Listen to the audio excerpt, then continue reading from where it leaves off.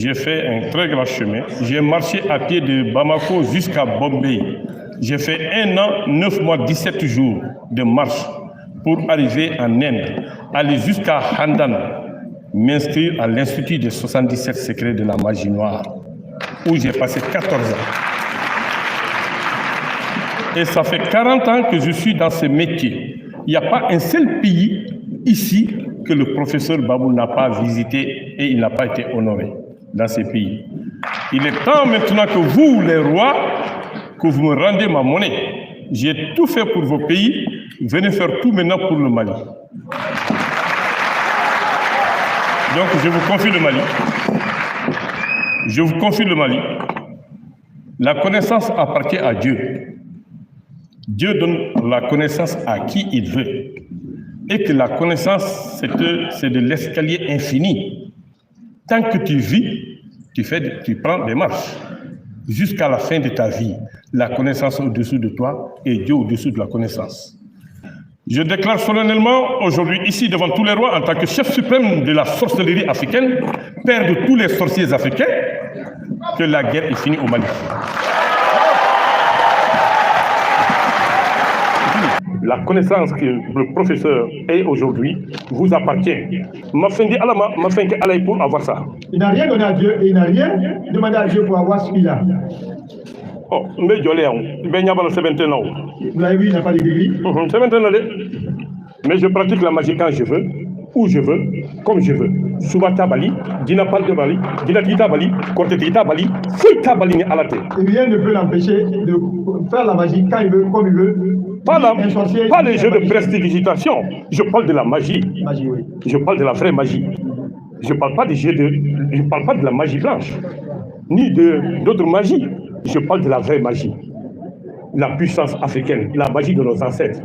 Après avoir dénoncé le culte des ancêtres dans l'ensemble des spiritualités africaines déguisées en prétendu monothéisme, nous allons dénoncer le retour au savoir occulte, sorcellerie, magie, divination, etc. Selon ses propres mots, la réappropriation de ce qui appartiendrait aux Africains, ces sciences diaboliques dont se servent les francs-maçons ou les kabbalistes. Pour faire simple, ce qui était pratiqué par les Égyptiens anciens, ainsi que par leurs frères kamites, retourne vers leurs descendants. Ils disent « C'est par ces choses que nos pères avaient la royauté sur terre. C'est à cause de ceux qui les abandonnèrent que nous avons été si faibles sur terre. Mais si nous nous les réapproprions, si nous nous réapproprions notre héritage, ceux qui nous l'ont volé s'affaibliront, et nous nous fortifierons. Ainsi leur promettent les diables qui migrent de royaume dominant en royaume dominant, au gré des chutes et des relèvements qui résultent de l'administration divine. En vérité, ces choses qu'ils veulent se réapproprier font partie de ce qui a justifié la chute de leur père. Et si dans leur relèvement ils y retournent, ils pourront peut-être goûter à une jouissance éphémère pour être ensuite ramenés vers un châtiment douloureux.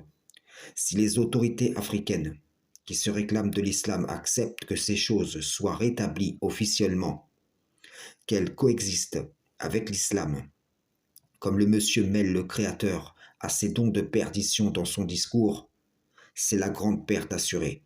Vous remarquerez qu'il dit « la connaissance est au-dessus de toi » et le Créateur est au-dessus de la connaissance.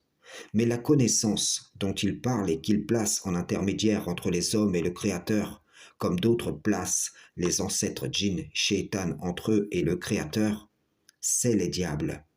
Ce qu'ils apprennent auprès des diables, le Créateur le condamne. Ce qu'ils acquièrent auprès des diables, le Créateur le condamne. Donc, qui est la fausse divinité qu'ils adorent tout en plaçant entre lui et eux les djinns shaitan? C'est le diable banni. Si ces sciences sont encore présentes chez des peuples ayant adopté l'islam, c'est que l'islam n'a pas été embrassé au point de les éradiquer. Je vous le dis, l'image de ceci, c'est une plaie infectée d'un virus qui, s'il se propage, peut s'étendre à la majorité. Laisser cela sans le sortir du milieu du peuple, c'est s'exposer à des contaminations de masse mortelles sur le plan spirituel. Frères et sœurs en islam, salam, shalom. Si vous avez accepté vos cultures en Afrique, et nos chefs d'État n'auront pas peur. Et ils ne vont plus aller dans la franc-maçon. Ils seront plus de Rose-Croix. Et ils seront de vrais Africains. Même la franc-maçonnerie, je peux t'enseigner dedans, elle est liée à nous. Que le judaïsme fait partie aussi de l'héritage Congo. Comme l'islam le sera aussi, c'est pour ça qu'à Tombouctou, c'est un pont essentiel pour l'islam.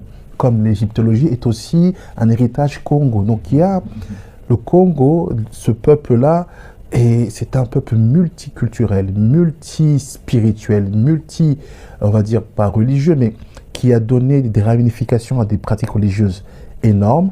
Et notre travail à nous, dans le judaïsme, c'est de montrer que ici aussi nous sommes légitimes. Le Mali a ouvert un centre de sorcellerie et nous disons grand bravo à cette initiative. Voilà, on est dans un nouveau millénaire. Nous les Africains, nous devons accepter ce que nous sommes et nous devons accepter notre héritage culturel. Nous devons accepter ce que nos ancêtres nous ont laissé. Cette histoire-là, c'est les colons blancs qui arrivaient en Afrique, ont commencé à nous dire que notre tradition c'était mauvais, c'était pas bien, qu'on allait aller en enfer et que Krari c'est leur tradition à eux qui était bien. Qu'est-ce qu'ils en savent? Ils sont morts eux, ils ont été en enfer pour savoir que ce que les Africains font c'est pas bien, c'est le mal, et ce que eux ils font c'est bien, sachant que ce que eux-mêmes ils font là, leur propre religion, c'est plagié sur les anciennes religions. Ce qui est avec nous vous dépasse. Nous sommes les personnes qui sont envoyées par nos ancêtres, protégées par nos ancêtres.